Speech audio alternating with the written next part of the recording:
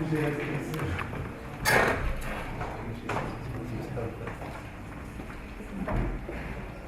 عليكم. أعتذر عن هذا التأخر خارج عن الصناعة، وأطلب من الأخ المشرف أن يكون حليما معي لأنني أتيت من بعيد، لهذا اتركني حتى أنتهي من وأعتذر عن جهابذة اللغة العربية لأني لست بالفصاحة الأستاذ أحمد عبد العزيز الذي ولا بفصاحة جميع المتدخلين، وأرجو حلمكم. إذا أشكر الأستاذ مصبحة، أشكر القيمين على المؤتمر على الدعوة، وأتمنى إن شاء الله أن أكون ألبي هذه الأسئلة أو المطروحة في هذا الموضوع، وهو الموافقة على الأعمال الطبية، وذلك عبر تساؤلات عملية. الموافقة على الأعمال الطبية والإشارة أنا لست رجل قانون وأنا طبيب كجميع الأطباء، هي التزام قانوني تنظيمي، حيث لم يكن ولم يعد بإمكان الطبيب أن يباشر أي عمل طبي من تشخيص أو علاج دون إذن المريض وموافقته. وهنا قضية التواصل بين الطبيب والمريض. هذه الموافقة حتى تكون هناك موافقة يكون هناك تواصل، وتقتضي تبصير المريض بوضعيته الصحية وتنويره بجميع المعلومات أو المعطيات المتعلقة بالعمل الطبي أيا كان آثار وعواقب هذا العمل المحتمل وقوعه. فدائما القضاء الفرنسي في بداية الخمسينيات نصت محكمة النقد كان على عاتق المريض أن يثبت أثناء عواقب أو مشاكل بأن الطبيب لم يعطه المعلومات الكافية. في التسعينيات عكست محكمة النقد عبء الإثبات على الطبيب، حيث أن على الطبيب إثبات بأنه أعطى المعلومات إلى المريض وبكل الوسائل. حتى القانون المغربي يركز على الشيء حاليا على الطبيب أن يثبت أثناء المشاكل بأنه أعطى المعلومات الضرورية للمريض. إذا سأحاول تناول هذا الموضوع من خلال حالة سريرية واقعية، وبإثبات وجهة نظري كطبيب بيطري، وبالتالي أطرح تساؤلات وأحاول الإجابة عنها. تلقينا مريض 24 سنة أعزب يعاني من مرض التهاب مزمن للأمعاء، مرض كرون منذ 5 سنوات، غير مواظب على العلاج، مدخن مزمن، أتى إلى مصحة مستعجلات وذلك لألم شديد في البطن وديريكتوراجي دياري إسهال مع نزيف مستقيم ونحول أميغريزمو. في الفحص السريري تبين أنه مجفف ديزيدراتي هزيل وألم عند جسي البطن. الاختبارات المعملية بينت أن هناك فقر دم، هناك التهاب، وعملنا له منظار تحضير، كان هناك تحضير لإعادة القولون. الفحص تم تحت التخدير وبين بأن هناك تقرحات لديزوبسيراسيون عميقة خفو في القولون وديريكتوراجي نزيف دموي، هناك التهاب حاد للقولون، ولكن توقف الفحص لأن هناك انكماش في البطن، وقعت مضاعفة بالمنظار كونتراكتور ابدومينال، هناك ثقب في القولون. خضع المريض لعملية جراحية، استئصال شبه كلي للقولون، تطور جيد دون مضاعفات. ماذا وقع؟ كنت في المصلحة، فقالوا بأن هناك صخب شديد في مصلحة الكشوفات الوظيفية، فلقيت واحد 20 مجموعة من الناس والصخب. ماذا وقع؟ لم يترك المريض حتى يمر لمصلحة الجراحة. فشنو فينا الأب ديالو، فينا هو الأم ديالو، فينا هما الإخوة ديالو، والسيدة اللي كتغوت بزاف قلتي أنا جارتهم. دونك سي سا، دونك يفو ان تي بو ايزولي، خاص تعرف شكون هما الناس اللي خاصك تعطيهم المعلومة وشنو خاصك تقول لهم. منذ ذلك الحين في المصلحة عاد درنا وثيقة الموافقة، درناها كانت بطريقة بسيطة جدا، كنا كاع نمشيو ليغاليزيوها في المقاطعة ونصادق عليها، هل تم قبولها بسهولة في أغلب الأحيان كيقبلوا بها وكيسنيوها شنو هي لها ما لها وعليها ما عليها. ما كانش التزم بأنني توصلت بكل المعلومات المتعلقة بهذا البحث من طرف الطبيب وأتحمل كل العواقب. هذه الصيغة هي ليغاليزي، احنا دائما كنحاول نقحوها ونجعلوها أكثر قابلية. ما هو الوضع القانوني لهذه الوثيقة؟ مسألة الجوريست اختصائيين في القانون لها وضع قانوني، وثيقة مقبولة لدى المحاكم، وثيقة قانونية ولكن واش في المستشفى العام عياده خاصه ولا مصلحه خاصه، هناك من هنا تكون اهميه الموافقه الطبيه مسبقه. هنا كنقول واش كان ايمان من طرفنا كان يجب ان يتعاملوا بالكفاء. نحن كنظن لسنا على علم بما ينص عليه القانون، كاين هناك كنظن فراغ في التكوين ديالنا من هذه الناحيه. هناك نصوص صريحه، انا ملي كحضرت هذا سميتو كاينه نصوص صريحه في القانون، في الدستور المغربي لا الفصل 25 يعان حريه الفكر والراي والتعبير مكموله بكل اشكالها، ولكن هذه حريه عامه. وهناك اسس 4 لاداب المهنه اللي خديتها من الدكتور ابراهيم من المجلس الوطني للاطباء. احترام الاستقلاليه بحيث يجب احترام الاختيار المواقف الشخصيه والقرارات، لا بيانفيزونس عدم الايذاء، يعني لا نون مالفيزونس، ولا جوستيس يعني ضرب مع الحالة المماثله بنفس الطريقه. فالوضع في المغرب هناك قوانين هذه ما غاديش نسردها. المعلومه والموافقه المستنيره هي اللي غادي لو كونسونتمون اكليري. شنو هي المعلومات اللي خاصنا نعطيوها للمريض، كيفاش خاصنا نعطيوها، شنو هي الاسئله اللي نطرحوها. الحق في المعلومه هذا قانون يعني كيضمنوا الدستور. مثلا هي الاسئله يعني التطبيق، ما الذي يجب ان تبلغ، كي انفورمي اي كون انفورمي، متى وكي دوا انفورمي، من عليه او من الذي يجب عليه ابلاغ المريض، وما هي المعلومات التي يجب ان تعطى، وكيف سيتم ابلاغ ذلك، وهل يجب إعطاء حيز زمني بين إعطاء المعلومات للمريض والحصول على الموافقة. لذلك entre l'information et la réalisation de l'acte. C'est acte يقدر يكون اختبار، فحص أو جراحة أو أي.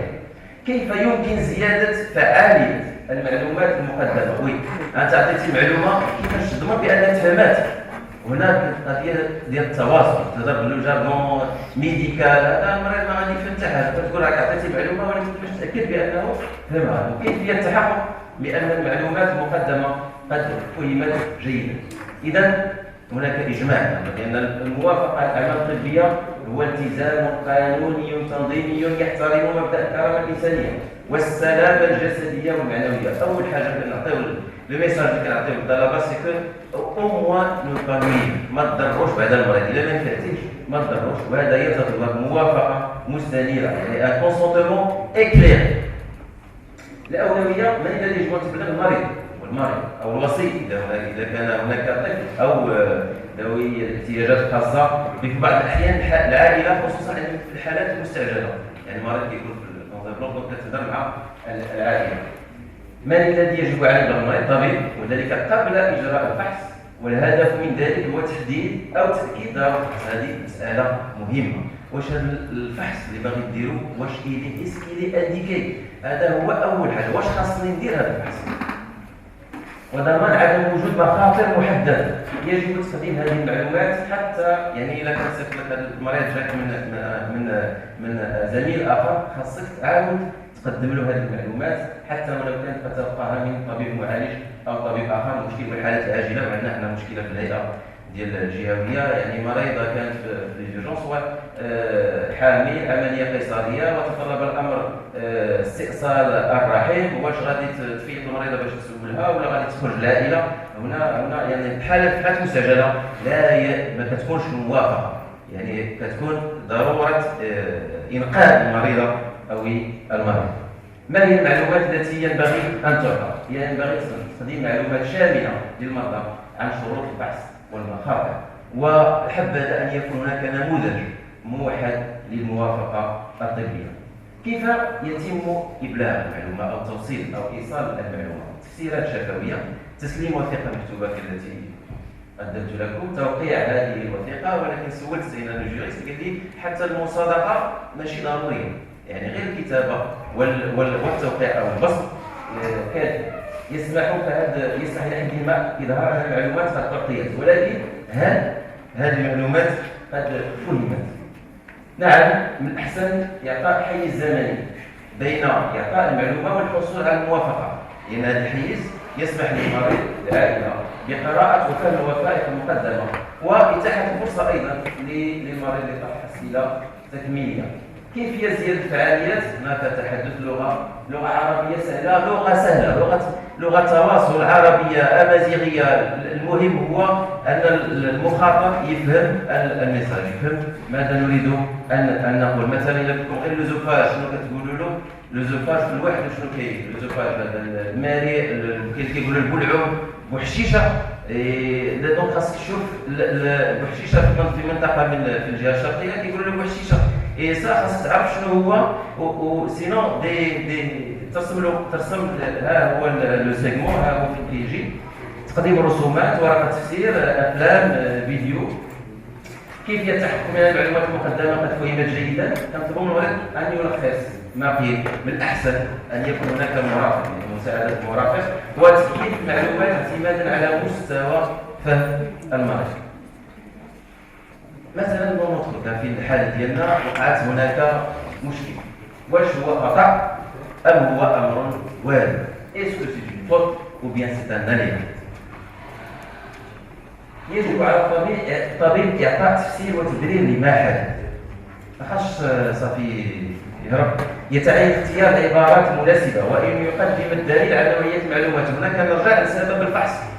سي ني با انديكي، ما كانش خاصك ديرو هنا كاين غادي يكون مشكل. وجوده العمل المؤدى بالرجوع لقواعد ممارسه المهنه. هنا ديك لا فورماسيون ميديكال كونتينيو، التكوين الطبي المستمر ولا ضروري. القانون المغربي منذ فبراير 2015 التكوين الطبي المستمر كقانون التفعيل ديالو مازال ما دخلش للارض الواقع. في حاله مشاكل 3 حوايج: اجراء حوار فوري، لان العديد من الملاحقات القضائيه ترتبط بعدم وجود تواصل قبل او اثناء او بعد المضاعفات. التواصل مع المريض والعائله في اقرب وقت. اظهار التعاطف، وعلى الاساس ان يكون صادقا. وانا بالتجربه البسيطه المتواضعه الصدق كيتشاف. ان تكون صادقا مع المريض، تتكلم بهدوء، استخدام لغه بسيطه، وتحترم لحظات صمت المريض. تعطي المريض فرصه للتعبير عن مشاعره وتشجيع الاسئله، وذلك الهدف من ذلك ماذا؟ هو استعاده الثقه ان كانت بين الطبيب والمريض. يجب ان تكون المعلومات واضحه وتكييفها مع القدره على التمييز والفهم. شرح اليات المضاعفات، وينبغي تجنب الافتراضات: الاجهزه سيئه، عدم كفاءه المساعد، يبقى المسؤوليه على الاخر. ينبغي تجنب تحويل المسؤوليه الى الزملاء او السائق او المعدات، ويجب ابلاغ الطبيب المعالج في اقرب وقت ممكن من المضاعفات. اذا اعطاء المعلومات الطبيه للمريض هو التزام قانوني يفرض على الطبيب. هذا الاخبار والقدره على اثبات ان المعلومات قد تم تبليغها وفهمها هما اساس العلاقه التعاقديه بين الطبيب والمريض. يجب الاحتفاظ بالسجلات الطبيه. هذا خاصها تكون باش نحافظوا عليها. خاص تكون سجلات طبيه، نكتبوا لو دوسي ميديكال يكون اكتواليزي، لذلك لانها تعتبر من الوثائق التي يمكن الرجوع اليها.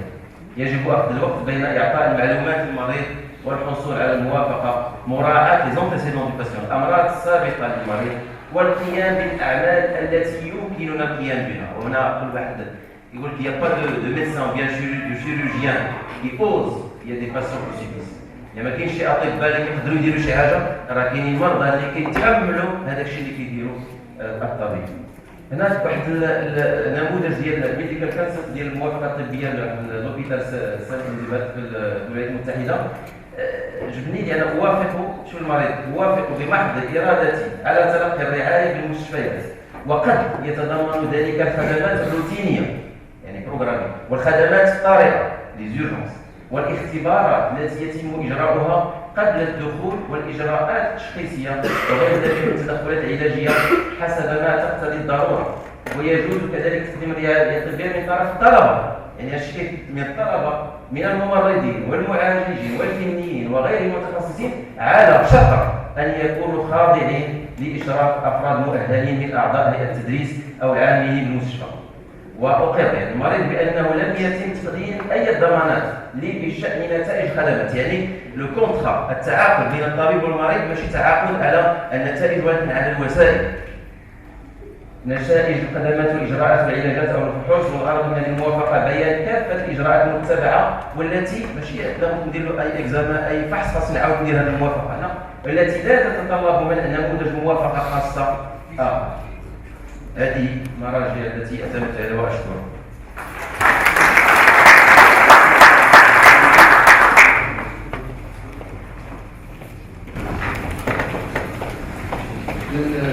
شكرا استاذ زايد على هذه المحاضره القيمه.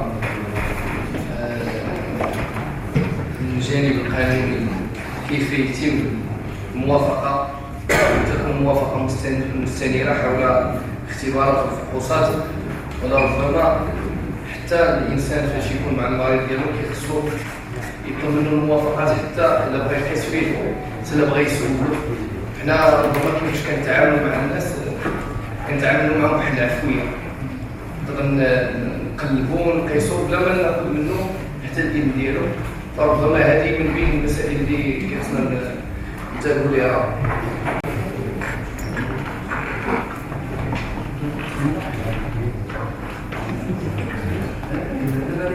هذه القصه ديال المناقشه يمكن تسجلوا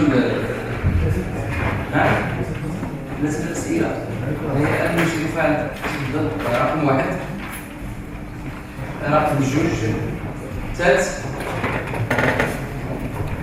3 جوج دقائق الواحد رقم 1.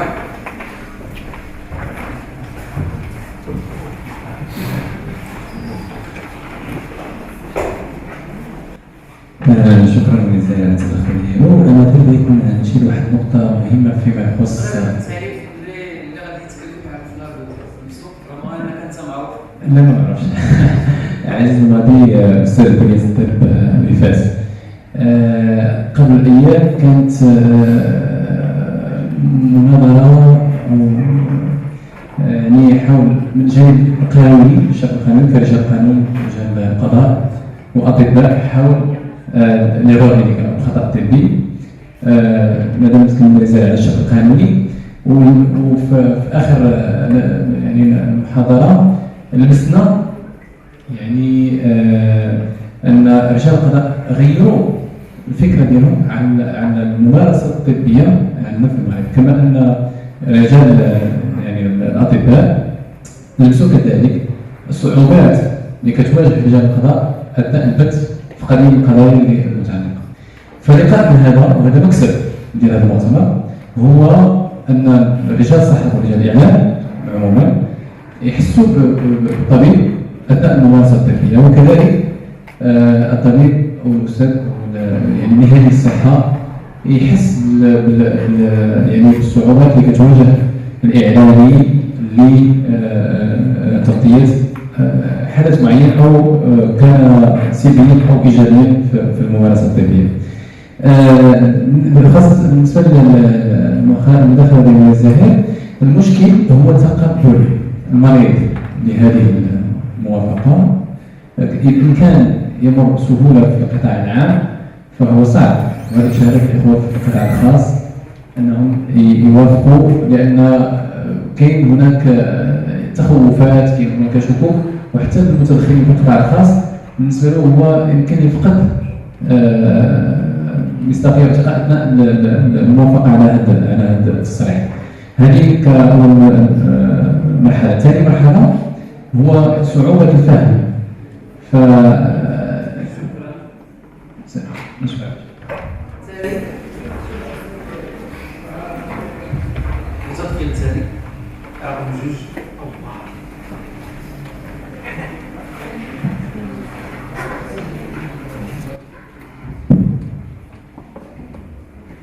أولا بسم الله الرحمن الرحيم. تحية لكافة المقدمين وكافة الحضور. حنان حليمي طالبة إجازة إعلام متواصل. سؤالي هو غيكون موجه للأستاذة الصحفية سناء. ذكرت في مداخلتها أو في عرضها كلمة الأستاذة عزيزة نسأل الله لها الشفاء بالمناسبة، أن على الإعلامي أو الصحفي أن يخبر دون ترهيب أو تخويف، إلا أننا نرى بأن الطبيب أو الإعلامي الذي يتكلم عن الصحافة يتكلم في سياقين بالدرجة الأولى، هي شرح الحالة أو التوعية بخطورة حالة أخرى. إلا أن مثلا إذا خوفنا بخطورة مثلا التدخين فسنتكلم عن الخطورة وسنخوف ذاك المواطنين. إذا هل يمكن أن نتكلم عن توعيه صحيه ضمن فصيحه التخويف والترهيب.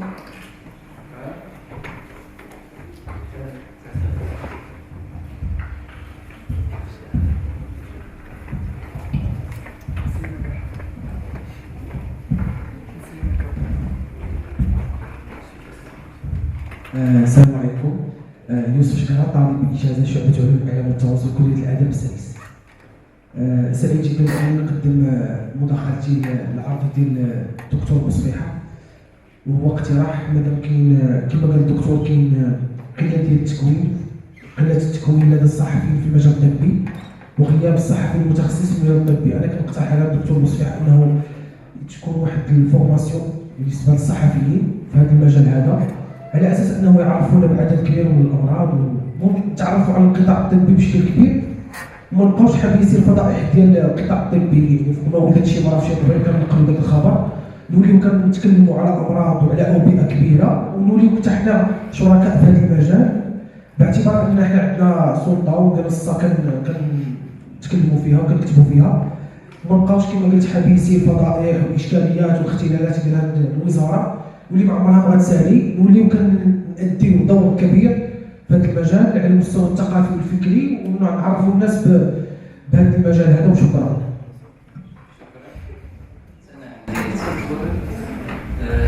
كنشكروا الدكتور عزيز بصفيحة على التعاون في تكوين الصحافة في المجال الطبي واللغة. نقدروا غنستخدم الأدوية المستعدة للتعاون معكم خصوصا على مستوى الجهات بس.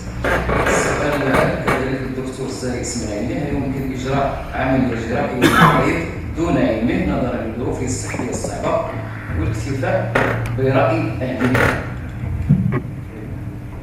يمكن ما الأساس في ذلك الكلام؟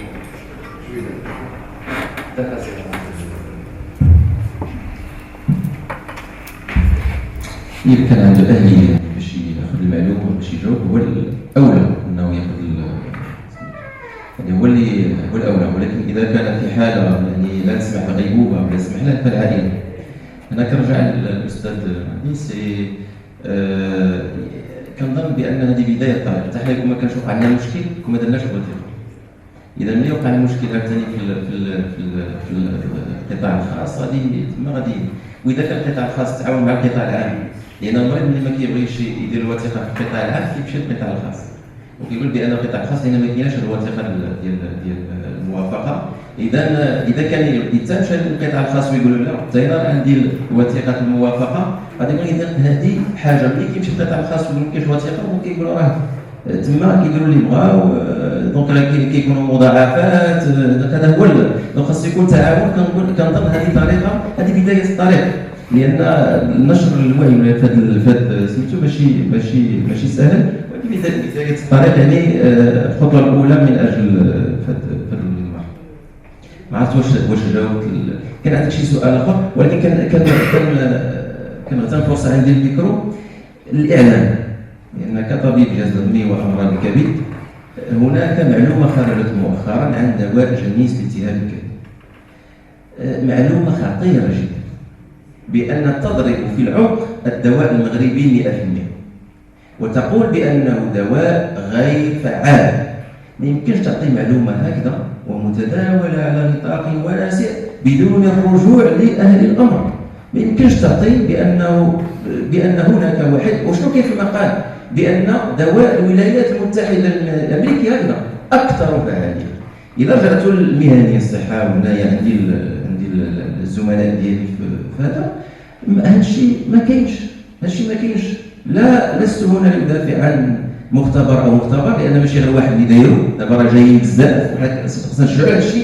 الأدوية المغربية 100% ماشي نضربوها في الصميم. وإذا كان هناك خبر يجب التحري قبل الإطلاق، والتحري من من أصحاب الأمر وأصحاب الشأن وأصحاب الاختصاص.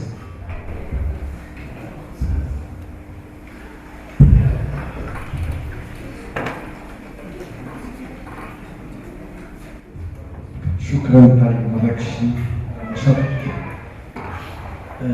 تحية لوليك زميلي إخوة الكرام اللي حطوا السؤال.